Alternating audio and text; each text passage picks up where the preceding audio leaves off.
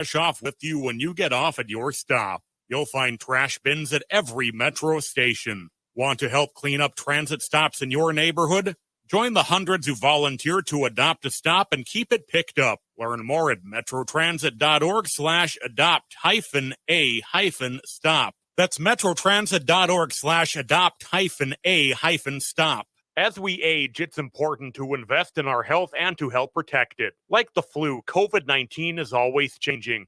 That's why it's important to stay up to date on your vaccines. By getting the flu and COVID-19 vaccines, you can renew your body's defenses and lower the risk of getting sick. Get your health boost and protect yourself against the flu and COVID. Find vaccines near you at vaccines.gov. Again, that's vaccines.gov. Vaccines.gov. Voting rights matter, and it's important to know where you stand. In Minnesota, if you're not currently in prison, you can vote, even with a felony conviction. For nearly 10 years, Make Voting a Tradition, or MVAT, has empowered Native American communities by increasing voter turnout and encouraging conversations about the issues that matter. Together, they're making sure every voice is heard and counted. Find your early voting location at sos.state.mn.us. Let's make voting a lasting tradition for generations. Hey, Cudahy to all my friends and relatives in four directions. This is Robert Pilot of Native Roots Radio presents I'm Awake. I'm here to ask you for your support. Finding honest Native-centered news is not easy. But with your support, we're able to provide accurate information about Standing Rock, Line 3, treaty violations, and COVID-19 in our Native communities. Please visit Native Roots Radio Network on Patreon and donate if you can. That's Native Roots Radio Network on Patreon. Pinigigi, and thank you for your support. With a look at your AM 950 weather, I'm Patrick Lilia. Patchy fog and frosty conditions overnight with a low of 34, then Wednesday sunshine with a high of 60. The music is still the hottest at Crooner's Supper Club in Fridley. Crooner's is located just north of I-694 off Highway 65 and Moore Lake Drive. View their upcoming music schedules and food menus at croonersloungemn.com. Portions of Native Roots Radio may be pre-recorded. It's a good day to be indigenous. Get up, stand up. They are going to become more brutal. Because all the hippies were trying to be Indians anyway. They're going to become more repressive because it's a matter of dollars and their illusionary concepts of power. Hey, Victor. We must live in balance with the earth. And also with recent happenings at Wounded Knee. I am awake. Welcome to Native Roots Radio presents I'm Awake, and I'm your host, Wakanja Hade. Hey, Cudahy to all my friends and relatives in four directions. You are listening to Native Roots Radio presents I'm Awake, and I'm your host, Robert Pilot. We discuss local, national Native news and events, and as you know, Chujunk, Native issues are human issues, and human issues are Native issues. Yes, you are right, Jega. This portion of the show is supported by Native American Community Clinic on Franklin Avenue in Minneapolis, honoring health and tradition. Hey, Wendy, have you seen any good plays lately? Actually, I have. It's a wonderful show playing right now off-Broadway in New York City called Distant Thunder. It would be great if we could get the star and the writer on. Wouldn't it be just fantastic? Hey, welcome, Shaun. Welcome, and introduce yourself in a good way. We are so pleased and proud to have you on. What a great performance. And Wendy and I are theater snobs, and we really, really love Distant Thunder. Oh, thank you. Nixu Coax, Nistuane Coke Shaun. Hello, my relatives. My name's Shaun. Thank you so much, you guys, for having me on. It was such a pleasure to have you in the audience for Distant Thunder. And we're just having so much fun here. Off-Broadway, first musical off-Broadway. It's so awesome. We got to do the show before the play, and it's at ART New York Theaters, 502 West 53rd Street. And it's a musical. And I'm telling you, I love the mixture of traditional music mixed in with Broadway music. It was amazing, Wendy. Yeah, but Shaun, what we want you to do is tell the audience what the show is about, but don't give away too much. Yes, that's always hard because I want to talk about the whole thing. But it's very, very much a coming home story, and it's also about language preservation. A lot of it is based on my journey with my Blackfeet community, and a character comes home with great intentions for an economic opportunity, which ends up threatening the language immersion school where the Blackfeet language is taught. And the whole community gets involved on both sides of what's needed.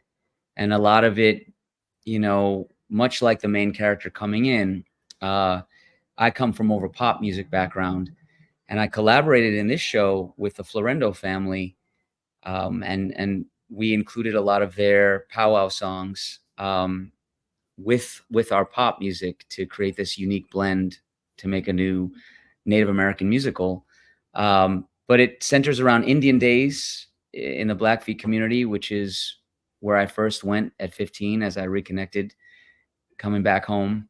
And it's kind of very humorous as well as the audience follows this character immersing himself back into a community that embraces him ultimately. But I won't tell you all the things that happen, but it deals with a lot of the issues that young people face in our different communities, and that idea of how do we take on the teachings from our elders? You know, how do we really work hard to maintain those teachings and use them in our modern day world? And it's been a lot of years we've been working on this, so a lot of my own experiences from the ceremonial world and all the lessons I've been learning are in this. And they, you know, when I first started going into Okan ceremony with the Blackfeet, you know, they called me New York because I didn't have a lot of experience growing up with horses, putting up teepees or anything like that, but they threw me right in, and we have a lot of fun now, and they make fun of me out of love, but I'm getting better. So Well, Shaun, too, it's based on a book, and you want to talk a little bit about the book, and then you turned it into a play, correct? Well, my mom and I, it's original. We wrote the story ourselves. My mom is the one that took me to Browning when I was 15, and I asked her a long time ago, could you help me write this story since you were there for so many years with me and seeing everything I've been through. And so we wrote this play together over 12, 13 years. And my writing partner, Chris Wiseman, wrote the music, but a lot of this is our own family dynamic, and a lot of the arguments, you know, as a family between my dad, and it's very much a father-son story and reconciling a relationship and reconciling families working out problems. A lot of that is from our family, and a lot of that dialogue is very, like, I can remember a few times, oh, I remember hearing that. so it's very personal, and that was very scary at first, but actually now I feel okay airing out my whole life for everybody. I have to also say, Shaun, you have a wonderful singing voice, which I didn't know because we saw you in a play, a different play. Was that Between Two Knees? Oh, Yes, that's right. Knees. Yes, that's where we originally saw you. And now this one, you're singing, you're dancing. Tell us a little bit about the music and how you came up with all, like, the lyrics of the music. And the other cast members in this show are just so, like, dynamic and wonderful. Was there like did they have to try out? Were there a lot of people who came forward, or did you personally pick these, people? Well, over so many years. I mean, when we first started, I have to give credit to Native Voices at the Autry in Los Angeles. We didn't know where to look for cast members. I mean, I had friends, and we had demos that they helped us make. But as far as, like, really, we have 15 Indigenous actors on the stage, and that's very, very rare, especially for a musical. But we always wanted to find the top Indigenous talent around the whole country. And so some of our members, including one of them there in this picture, Spencer Batiste, he looks very young still. He's been with the show since 2012. and from LA. And then Michelle Rios, we did In the Heights together in New York. But the Florendo family I met when I was in Oregon, and they just were. He's an Brent is an educator and an artist, and he just took me around the drum. He sat me down on the drum for the first time, and I learned his family songs. It's been years of finding all of these top talented actors. But what's really exciting is when I first started acting in New York, I didn't know a lot of other Native actors in musical theater. But when we had auditions in New York, there were so many young Native actors coming out of college programs, musical theater programs, that came in, and they blew me away. It made me so happy because it just seems like more and more Native artists are seeing that as an opportunity for their careers. And so Aubie Billy, she's Seminole. She was a high school student, 2016, and she's one of the most talented young actors I've ever found. I think she'll be a Broadway star. And she came back this audition process and just blew it out of the water. And it was like, we have to work with her. So it's kind of like through those artists, we also meet their friends, and that's how we accumulate all this incredible talent.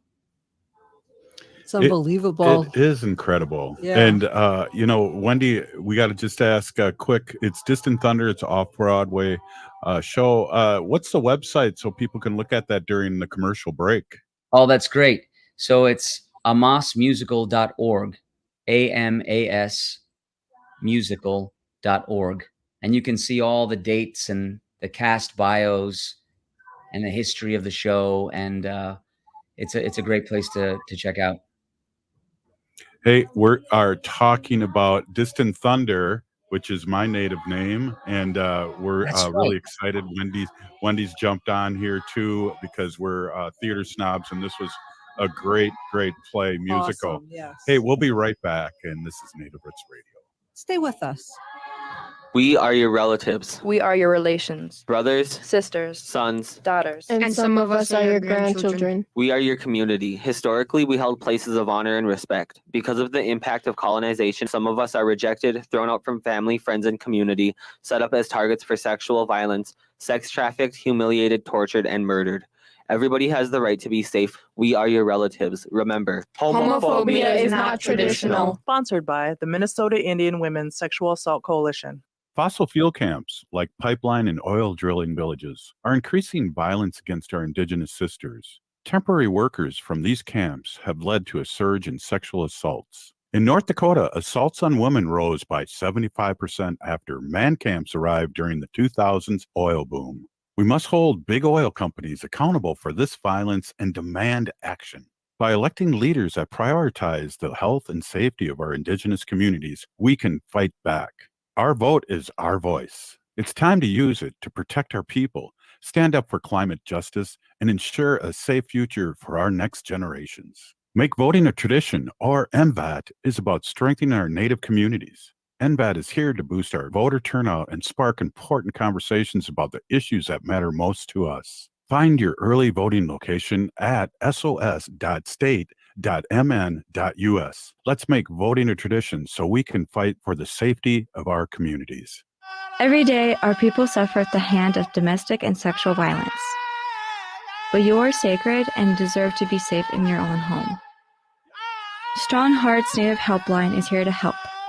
Native-centered, empowerment-based, trauma-informed advocates offer safety, sovereignty, and support. Call or text 844-7NATIVE.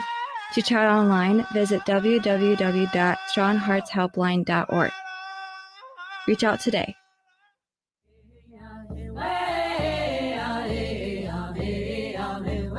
Hi, this is Governor Walz. Thank you for listening to Native Roots Radio.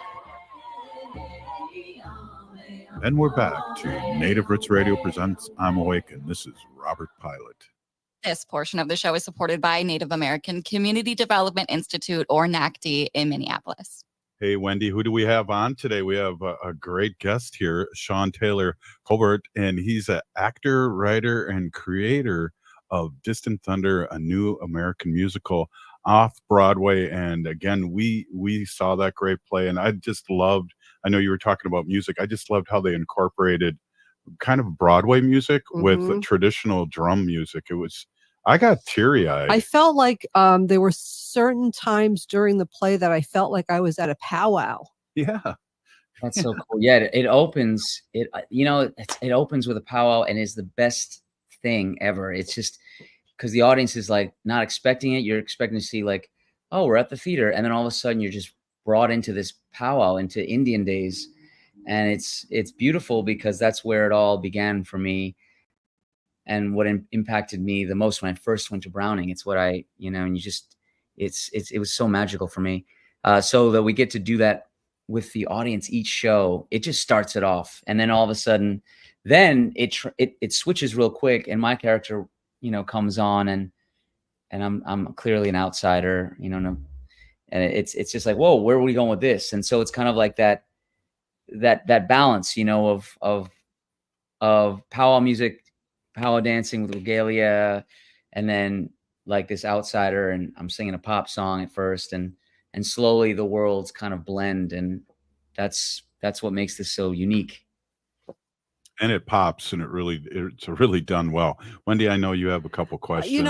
I have like a million questions going through my mind, but I always like to ask people, like, how did you get started in this, or what was your inspiration to become an actor?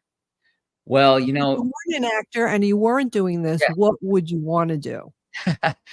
Well, I didn't, it was kind of hard for me because I grew up with a family of artists, and my mother is a director and choreographer. And I grew up in ballet classes, and tech rehearsals, and around musical theater, and then my father was in the recording industry, and he brought me to recording studios. So I was and funny enough, when I was a young kid, I played in 8th grade. I played Tevye in Fiddler on the Roof, and I thought I was amazing. But I realized, everyone's laughing because, it's a small native brown guy doing an old Jewish man, and they thought that was the funniest thing ever. And I thought they must love me, but I love, so my whole family just really influenced me, and I wanted to give it a shot, and thank goodness I did. I love working with my mom, and I loved everything I've gotten to do in my career. But if I hadn't been an actor, I was studying international relations, and I wanted to be a diplomat. Wow. Okay. Yeah. And I spent time in the Middle East, and I spent time in Israel, and I spent time in Colombia, Asia, and I thought, really, that's what I'm going to do. But then when it came time to do that, I thought, I want to work somehow with my native people, and I don't want to be away so much. So now I found a way to do that and be an artist. And wow, very lucky about Shaun, that. I don't know if you remember when Wendy and I met you before the play, and I said, my name's Distant Thunder, and you said, my name is also Distant Thunder in the Pakani language. Isn't that crazy? Yeah, that is wild. It really is. Could you tell our audience how you say your native name in your native way? Yeah, it's Ich Pioxistikum. Ich Pioxistikum. That's Distant Thunder. In Nitsipoachsin, which is the Blackfeet language. And I'm getting better, and I'm working on the language every year. I go back, and it's really like there's nothing like being immersed with first speakers when you're to learn the language. That's how I learn it best. And but I got that name 5 years ago during the Okan ceremony. But it was just so cool that. How do you say it, Robert? How do you say your name in Wakunjahade? Wakunjahade. That's right. Yeah, Distant Thunder. And I came back to my tribe after being gone many, many years, like yourself, and I just think our name is so apropos because we've come back, and we're making things happen. That's exactly right, and I'm so blown away by what you all are doing, and huge fan of you guys. So it's it's and in the play, well, I won't give away too much more, but Distant Thunder, the name is a significant thing in the play as well. And it's has to do with some of the younger people who are deciding if they want to stay, what's the significance of learning their language and their culture. And so that name has a big significance in the show. Well, we've been keeping track of you, and there's been a few people that have showed up that we went, whoa, do you want to name drop for us? Because that's amazing that people are there coming to support you, like you said earlier. Yeah, so opening night, I didn't know if he would come, but Lin-Manuel Miranda showed up at the opening. The writer and creator of Hamilton and In the Heights and songs from Moana. He's got Warrior coming out, a new album, Warriors. So that meant the world to me. We worked together on In the Heights, and he's been following this journey. He and his father, Luis Miranda, they really wanted to support us and help us bring this unique voice to musical theater, which has never been done, a native voice. And so they were there. That's really awesome. Really special. I want you to name drop the people that did your poster, because I was just looking at it again, and I kind of get emotional because that kind of tells the story. You mean the one here? Yeah, Marissa, arranged all this actual design, and she put it together. Marissa Quintanilla, who was our original Dorothy in LA in 2012. And it's pretty significant because it does, it's pretty much how the start of the show feels like, and it's kind of going back home, but I'm an outsider. I'm a lawyer, and I come right into Indian Days, which is how I saw my first impression of Browning, was driving over this hill to like 60 teepees and during Indian Days. And it was just beautiful. So yeah, we're having a great time. Really great time. And we should ask, how long is the show going? I think till October 27th, right? Yeah, the show goes until October 27th, and we have 7 shows a week. So Tuesday through Friday at 7 p.m. Saturday we have 2 shows, 3 p.m. and 7:30, and then Sunday at 3 p.m. And we have 2 more weeks. We were in the front row when. Yeah, we were in the front row, and it felt like I was like right in there on the stage with you guys, and it was just, the music and the songs, and I was so emotional. Like I teared up a few times, and I laughed, so it had everything. Like I was laughing, I was crying, it was just really, really, really heartfelt, really very emotional. And I just have to say, it was wonderful. It really was wonderful. Thank you so much. I got emotional when I heard the high singing native voice too. In the background. That just really hit me. Ava Florendo, she is she's probably one of the top singers I've ever heard in my life. She's like, so having her voice and her artistry in there is just, it blows the audience away. You have to come and see her perform. It's truly amazing. I was going to say as well, what's interesting is that I'm used to doing musicals in really large theaters, and you're very, like you both were saying, this is a very intimate space. And so you get an extra, I don't know, something extra from being so close to you feel like you're in it a lot of the times. Yeah. And we have to be, when you're in a big space, sometimes you can kind of get away with a few things, but when you're in that space, everyone sees everything. So you have to be fully immersed in every moment. Otherwise it won't read true, Well, musicals are not only singing, but there was a lot of dancing, and there was a few times I wanted to get up and join in.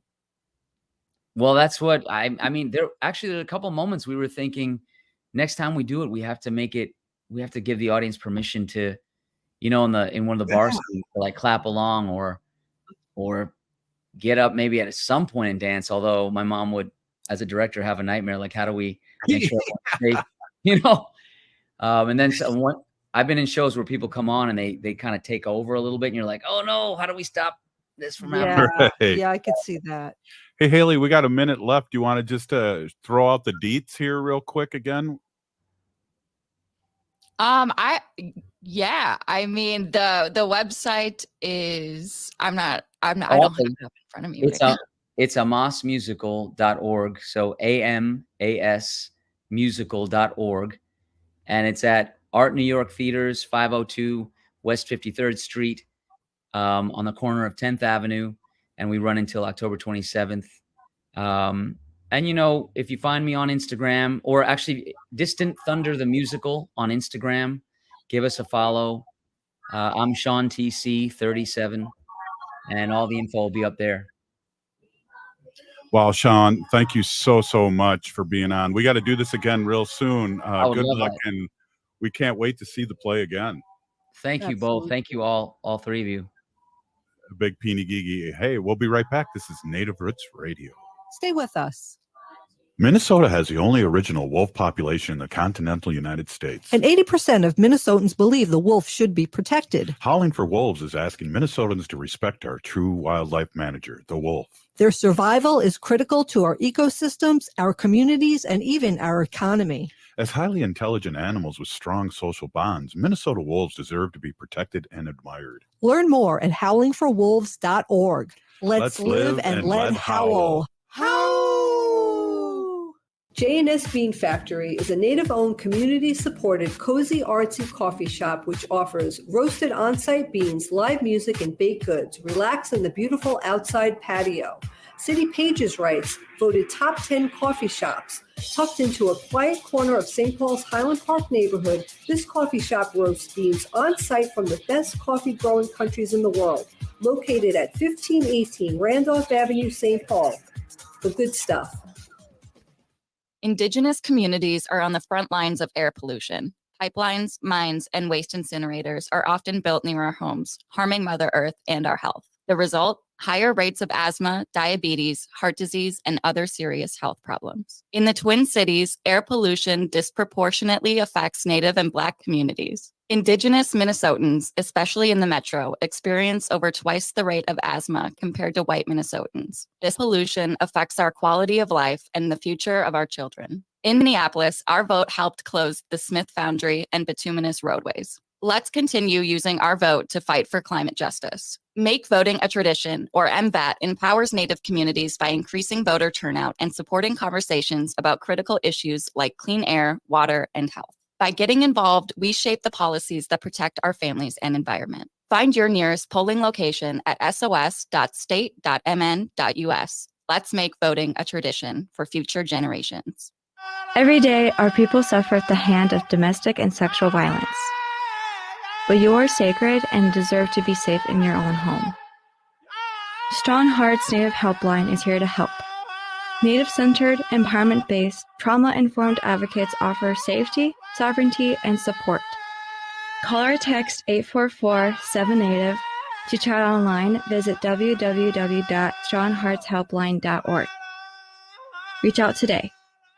Twin Cities, get ready for Queermunity, a brand new all-ages LGBTQ+ community resource center and social club in the heart of Minneapolis. Our space includes a cafe and lounge, a maker's market with rotating local vendors, a community-curated media library, co-working spaces, rentable meeting rooms, and a fully stacked programs and events schedule. Queermunity is free and open to the public, made possible through community memberships. Starting as low as $20 per month, members enjoy exclusive perks like discounts and credits, online cafe ordering, and access to our custom Q app. Becoming a member shows your support and shares your resources with our queer and trans community. Sign up before November 4th to get early access to the space during our preview week. During daytime hours from the 4th through the 8th, Queermunity will be open exclusively for our early access members. What are you waiting for? Memberships are live now. Visit queermunitymn.com to sign up. come out and come over to Queermunity where you belong. With a look at your AM 950 weather, I'm Patrick Lilia. Patchy fog and frosty conditions overnight with a low of 34, then Wednesday sunshine with a high of 60. The music is still the hottest at Crooner's Supper Club in Fridley. Crooner's is located just north of I-694 off Highway 65 and Moore Lake Drive. View their upcoming music schedules and food menus at croonersloungemn.com. AM 950, the progressive voice of Minnesota. Hi, this is Representative Sharice Davids from Kansas. I'm Ho Chunk, and you're listening to Native Roots Radio. And we're back to Native Roots Radio presents I'm Awake, and this is Robert Pilot. This portion of the show is supported by Strong Hearts Native Helpline. October is Domestic Violence Awareness Month, and Strong Hearts offers culturally appropriate support and advocacy for Native Americans. You can call or text them for free anytime at 1-844-7-NATIVE or chat online at strongheartshelpline.org. Hey, we're going to have our special guest here, our friend Rita Arndt, who's program and outreach manager with Native American Initiatives at the Minnesota Historical Society. Welcome, as always. Great to see you. I feel like I've seen you all the time now all of a sudden. I know. I hope you're not sick of me. I'm totally not sick of you yet. Well, cool. We have the fun stories to share with people, and it's always good to see you and your crew out in the community. And again, a big Peeny, you had that picture of a Ho Chunk back in the day for me, and I really appreciate you thinking about us here in Minnesota. One of the questions I want to start off with is, where is the Minnesota History Center located? That is a good question. Our main location is the Minnesota History Center, which is located in downtown St. Paul. It is essentially off of 94 and Kellogg Boulevard. I like to say it's across the highway from the Capitol because it is. And so that's where you can kind of locate us. Yeah, and it's pretty newer building too. I remember when that was built, but then again, I'm old, so I guess it could be an old building. It's 30 years old, so depending on who you ask, it depends how new or old it is. So sure. Haley, is that old? It's older than me, so yep. Exactly. Hey, so how do Native American initiatives at the Minnesota History Center collaborate with the community and to hold events in your space? Well, we do it multiple ways, and I'm here to use this as a resource. The History Center is just one of our 26 sites throughout the state. The James J. Hill House is one, the Mill City Museum, Fort Snelling, and then places out state like the Mille Lacs Indian Museum and Trading Post, Jeffers Petroglyphs, all kinds of things. So don't just limit us to the History Center. We're able to utilize different spaces to have programming and whatnot. And how we like to approach is really partner with community and be like, this is your space. The History Center is a space for you. So if you want to have your programming or having your event at the History Center, please reach out to us and we will help you coordinate that. We've had some storytelling events in the past, and we have actually a few things coming up in the next couple weeks. Yeah, well, let's talk about those, because I know there's a couple of events that I heard of that are really important, and we got to get that out there to our community. Mm-hmm. Yeah, the most exciting one is the Native American College Fair, which is next Monday, October 21st. This is our second year hosting it at the History Center. It's really great because that building there's multiple levels, and to be able to utilize that entire space is really great for that event. There's going to be over 40 different post-secondary opportunities, sharing really about colleges, financial aid, other opportunities to do besides college after high school. And another great aspect to that is we have an auditorium space where they have speaker panels talking about what to do, how to do financial aid, how to apply for college, how to do all these things. So there's a lot of different things going on, and it's a really great thing. It's exciting because you see all the young students who are just trying, figuring out, well, what do I do after high school? What does that look like? And I think it's a really fun time. And there's also Native food trucks that are going to be there too. So that's always a plus for us. Yeah, definitely. Talk a little bit about the parking because it's really easy to get there and park. Yeah, is the parking is we have a full lot available for folks to come in and park, and so we try to make it as accessible as possible and really work with folks to be able to access that space. So we try to make get rid of as many barriers as we're able to in order for community to be able to come to the history center and not have to deal with anything extra that they might have to. And like thinking about downtown St. Paul, sometimes there are those parking fees, there's parking ramps and all kinds of things like that. So trying to make things as easy as possible. And it is.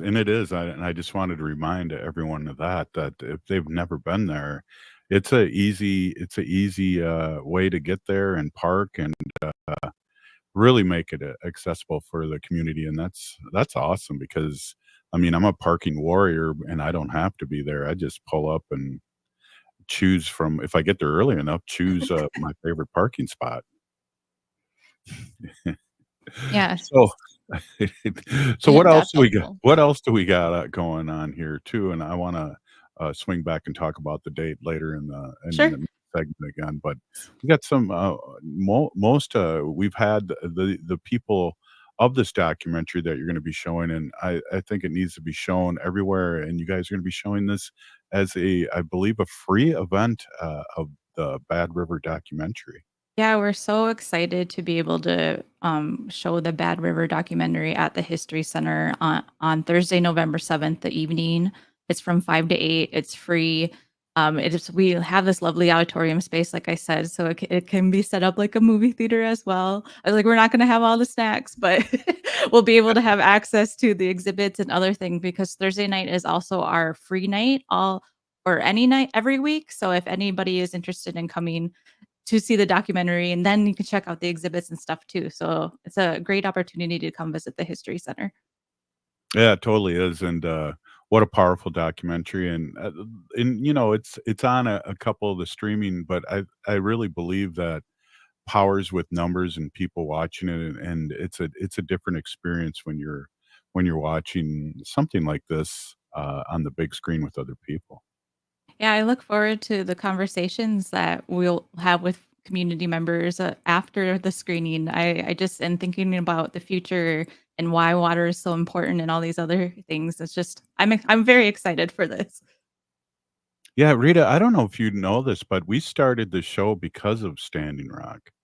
And 8 years ago when that was going on and there was misinformation and things like that or no information, and that's how Native Roots Radio started, and we talked about every week, what was happening up in Standing Rock and had guests, and, Bad River is having the same issues as the Standing Rock tribe and, with Line 5 and, Enbridge again, so it's a very powerful documentary and it's free and, a great it's always great to see again, these kind of things with other people, and then you can have discuss afterwards too.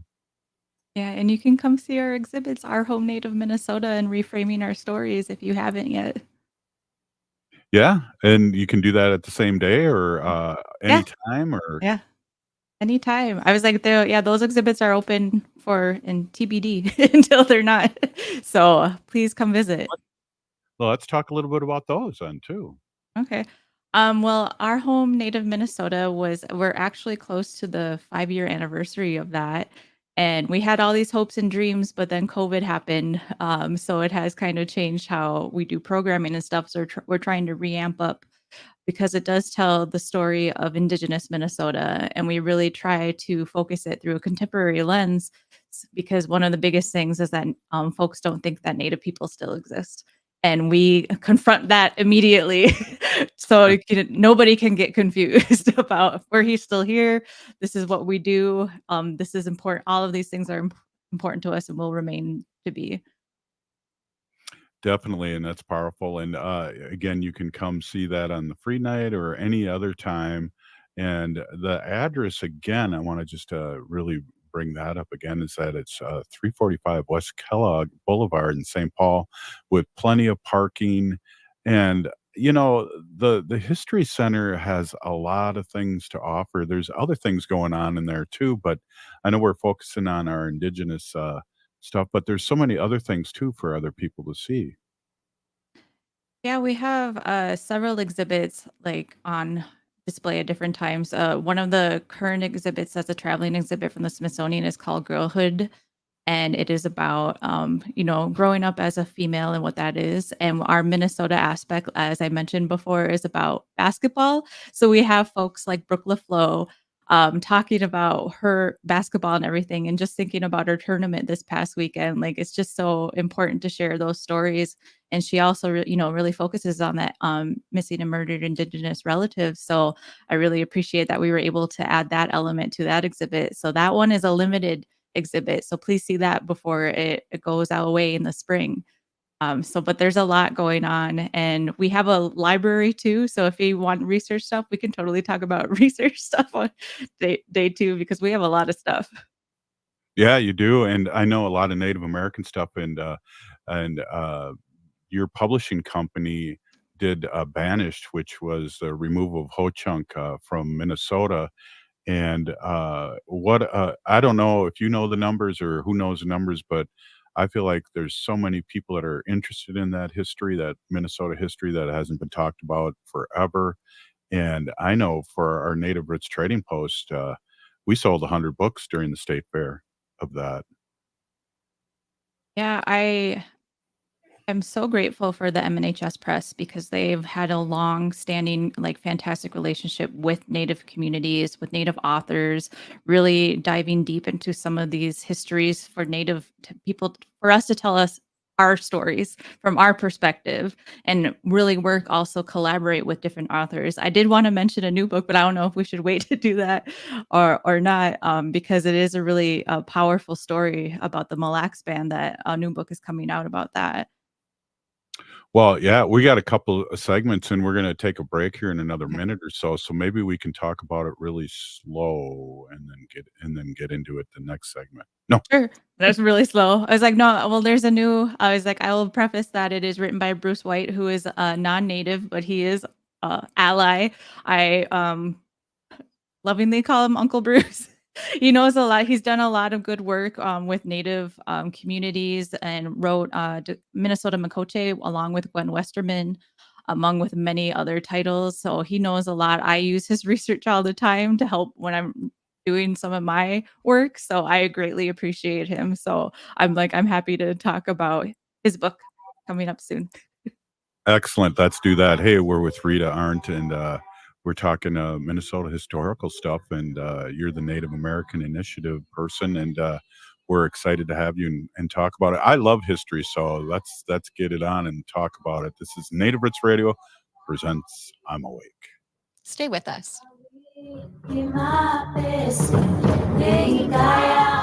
Everyone likes a litter-free ride on Metro Transit buses and trains, so pitch in. Take pride in your ride and take your trash off with you when you get off at your stop. You'll find trash bins at every Metro station. Want to help clean up transit stops in your neighborhood? Join the hundreds who volunteer to adopt a stop and keep it picked up. Learn more at metrotransit.org/adopt-a-stop. That's metrotransit.org/adopt-a-stop. As we age, it's important to invest in our health and to help protect it. Like the flu, COVID-19 is always changing. That's why it's important to stay up to date on your vaccines. By getting the flu and COVID-19 vaccines, you can renew your body's defenses and lower the risk of getting sick. Get your health boost and protect yourself against the flu and COVID. Find vaccines near you at vaccines.gov. Again, that's vaccines.gov. Vaccines.gov.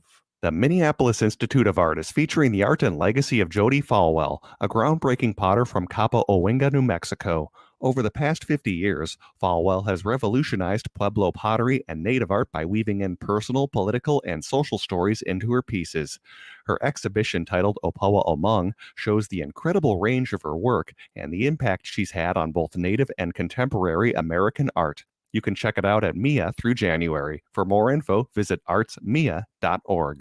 For nearly 10 years, Make Voting a Tradition has empowered Native American communities by bringing friends and families together to talk about important issues. NBAT is increasing voter turnout and ensuring Native voices shape the future. This election season, skip the crowds and vote early in Minnesota. Elders and busy voters can vote in person before Election Day. Find your early voting location at sos.state.mn.us. Let's make voting a lasting tradition for generations to come.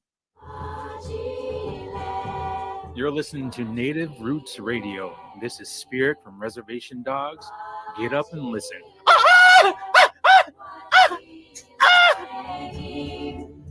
Welcome back to Native Roots Radio presents I'm Awake, and this is Robert Pilot.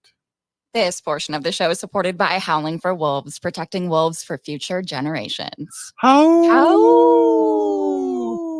You know that bumper with it always still cracks me up. I laugh every Me time I too. hear that. And what we've had it on like a year and a half. We got a new bumper too from Dallas. From Dallas Gold Tooth. Yeah. Hey, we're here with Rita Arndt, and we're talking about what's happening at the Minnesota History Center. And Rita is the program and outreach manager with Native American Initiatives at the Minnesota Historical Society. And we want to talk about what you want to talk about. And it sounds like there's a cool book coming on that I'm gonna have to get. Yeah. Like I mentioned before the break, it's written by Bruce White, who is fantastic, and he is fun to talk to. And he also knows a lot about my genealogy, which I'm all like, I'm so and so. He's like, oh, and then it goes down the line. It cracks me up, but that means he knows what he's doing.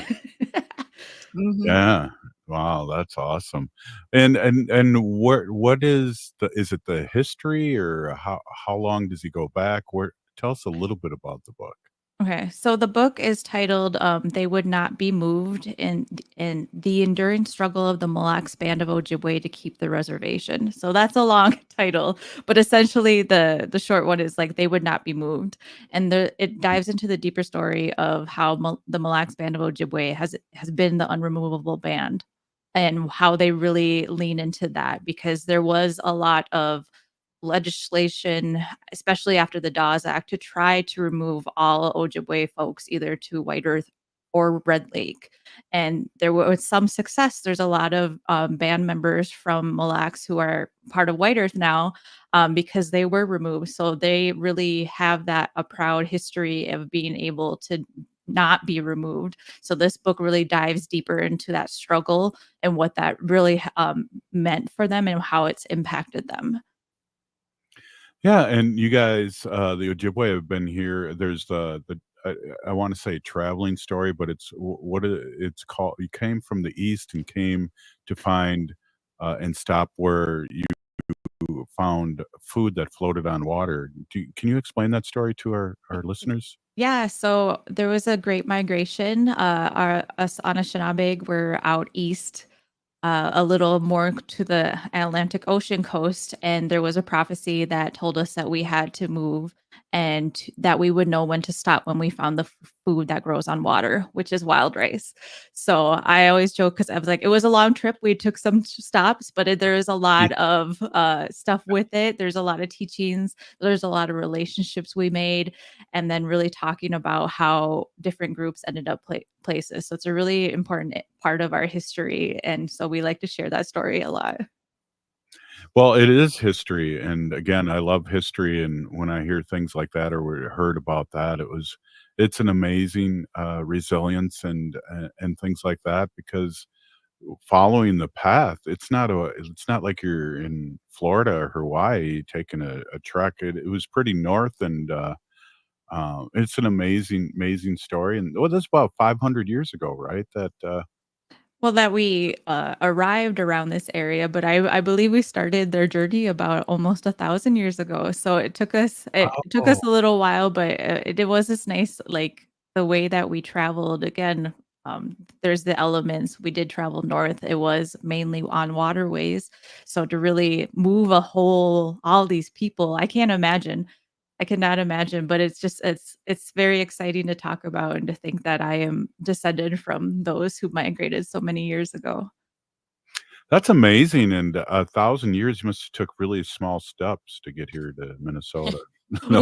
We stopped. There was some stops. We made some friends. We might have made some enemies, but there's a lot of good stories and teachings that go along with that migration. And so if you don't know about it, please look into it, because it's a really fascinating history of our people. It is, and the older I get, the more I really appreciate the Anishinaabe and what they've gone through. And now I have to really appreciate them because my son-in-law is a Anishinaabe, a Leech Laker, so that means my grandkids are too. Yeah, we got it. Us Shanab, we got it going on. So I but I'm a little biased and it's what I know. So I love it and I love our history. Definitely. Well, let's get back here. We only have like a few more minutes again on the last segment, and let's talk about again what's going to be showing and happening at the History Center in the next month or so. Yeah. So next Monday is a Native American College Fair. It's all day, 9 to 7. There are 4 sessions throughout the day, and most of them are meant for, Indian education students, but there is a public session in the evening from 5 to 7 p.m. So if anybody is interested in learning about those opportunities, please come to the History Center and stop by. Another event that we're having is showing the Bad River documentary, which is on Thursday, November 7th, and it's from 5 to 8. And I don't believe it's 3 hours long, so there'll be plenty of time to be able to talk about it after, to visit the exhibits that are at the History Center, and just to be with community. So I'm really looking forward to that.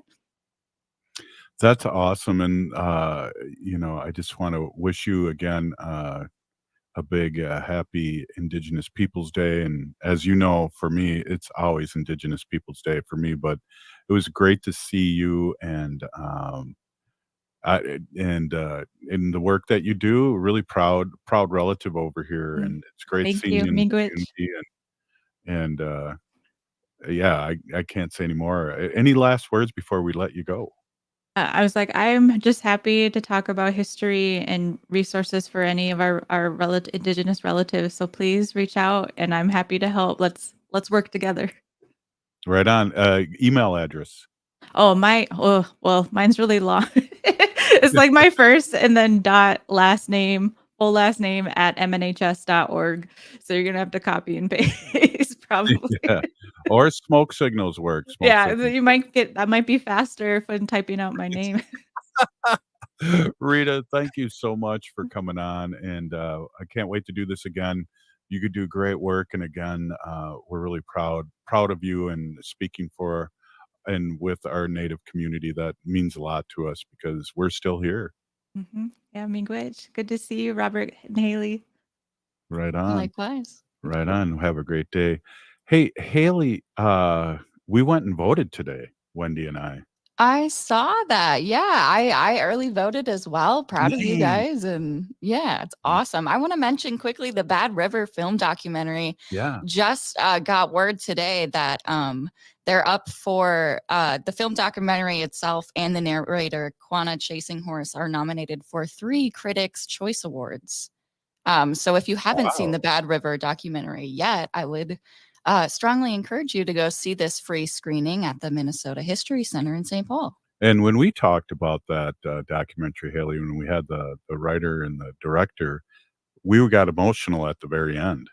Oh my goodness. Yeah. Mary Mazzeo is a great ally of us Native people. And we've had Bad River Elder Joe Bates on the show too, talking about it. And I got to say, well, the whole documentary itself was great, but really emotional towards the end. If I'm remembering correctly, it was what advice would you give the next generation to come? And it was they interviewed these people who are here now today, and just giving, advice and saying how proud of the next generation to come. And it was just really emotional, and just proud to be Native. It was. And I didn't want to change the subject back to voting, but I was amazed. Just before we showed up, we went there about 3:30. There was a line out in the block. So there's a lot of excitement going on with this election. A lot of people early voting, and that was amazing to see and hear. Awesome. Yeah. Awesome. And the early voting, I know, that means good things. Yeah. So you can send in, if you have your mail-in ballot, I would advise you to get that filled out and sent in, or look at your early voting places. Absolutely. Haley, great job as always. Thank you for producing another great show here at Native Roots Radio.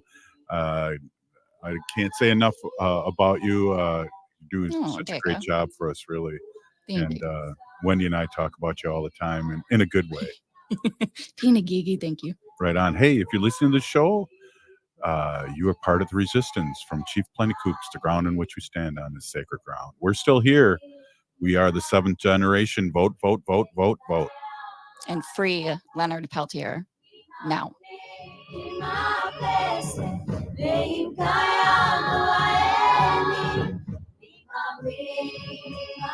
The city